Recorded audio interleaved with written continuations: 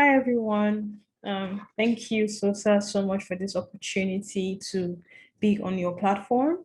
I always say to you, you always create spaces for us to have important conversations, and I'm grateful for that. So, my name is Ihunmehai. I am a filmmaker, a visual storyteller, podcaster, and a budding product designer. So, my topic today, I want to talk about overcoming challenges in the creative industry from a female perspective. Now, I always like to start my talk with a story.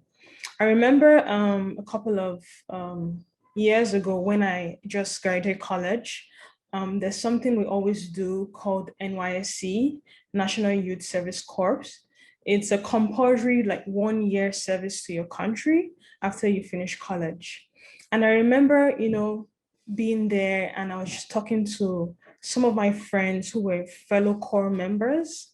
And by that time, we used to use Nokia 3310, those like really old phones we had then. We didn't have iPhones or BlackBerry or whatnot.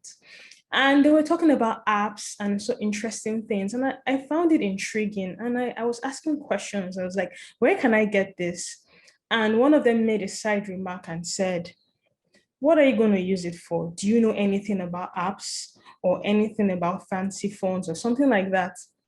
And I remember feeling slightly offended. I'm like, why would you think that I wouldn't know technical related issues or technical related things because I am female? And that stayed with me for a while, but I eventually, as I grew older, I brushed it off. And that now leads me to the next thing I want to say about the confidence gap.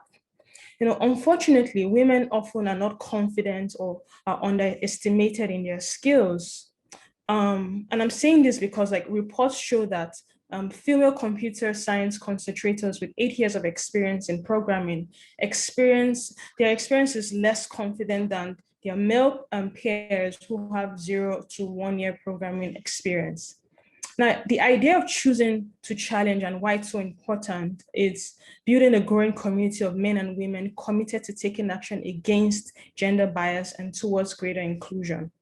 Calling out gender inequity and educating ourselves and having conversations that further advance our society is a step to securing a better future for those coming after us. I recently read an article when I was preparing for this speech, and I heard one of the organizers of the International Women's Day global movement say, a challenging world is an alert world. We are all responsible for our own thoughts and actions all day, every day.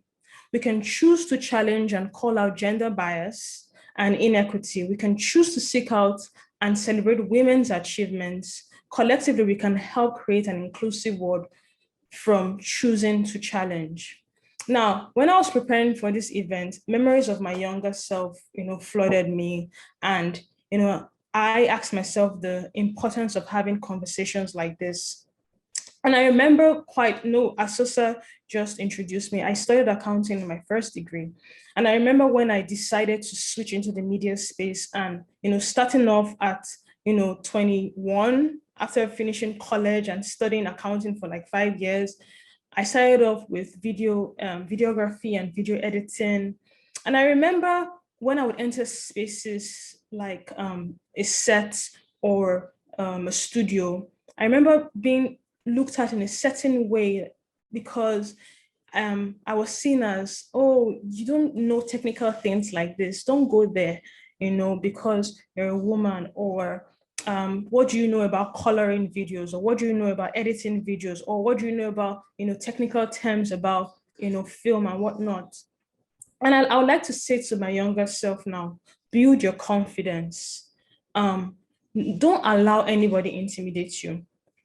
Be patient with yourself. I remember now, looking back now, 6 years down the line, I have grown in my talent, I have grown in my work.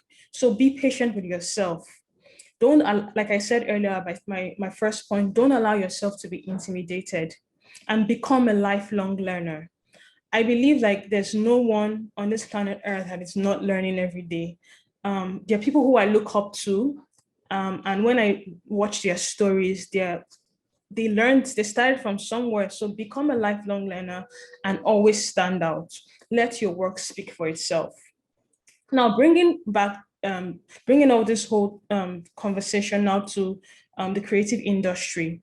Now, I listened to a group of animators just, I think, 2 weeks ago, the animation called Raya, and the women behind that animation and what they were talking about. And it inspired me so much, and I'd like to share it on here as well. You know, I feel like this is a call to women to support each other. And I'm really grateful to Sosa for always like supporting women. Like this conversation we're having now is this is I think this is going to be the first or second time speaking in a conference like this, and I feel empowered. I feel energized. I feel like, oh, you're in a different level because I'm talking to fellow empowered women like myself. So it's a call to women to support each other. Um, also, I also want to talk to employers as well. You know, like I said earlier on, I listened to a couple of animators who created the show called Raya. And they mentioned things like how where they're working has sort of created a space for them to sort of take care of their kids while they're working. So work doesn't come in place between their family, or work doesn't come in place between their work or their life and just in general. And just to round off this topic, there's this thing that I think about a lot, and how we live or how we treat ourselves or how we treat our work, how it has a domino effect. Now, I know the impact of seeing Kamala Harris as VP. I know the impact it had on me. I know the impact seeing Kemi Adetiba. She's a very well-known director in Nigeria. I know the impact that had on me. I know the impact of seeing my friend who I'm working currently with on a documentary, Malia Mungu. I know the impact of seeing her thrive. I know the impact it has on me.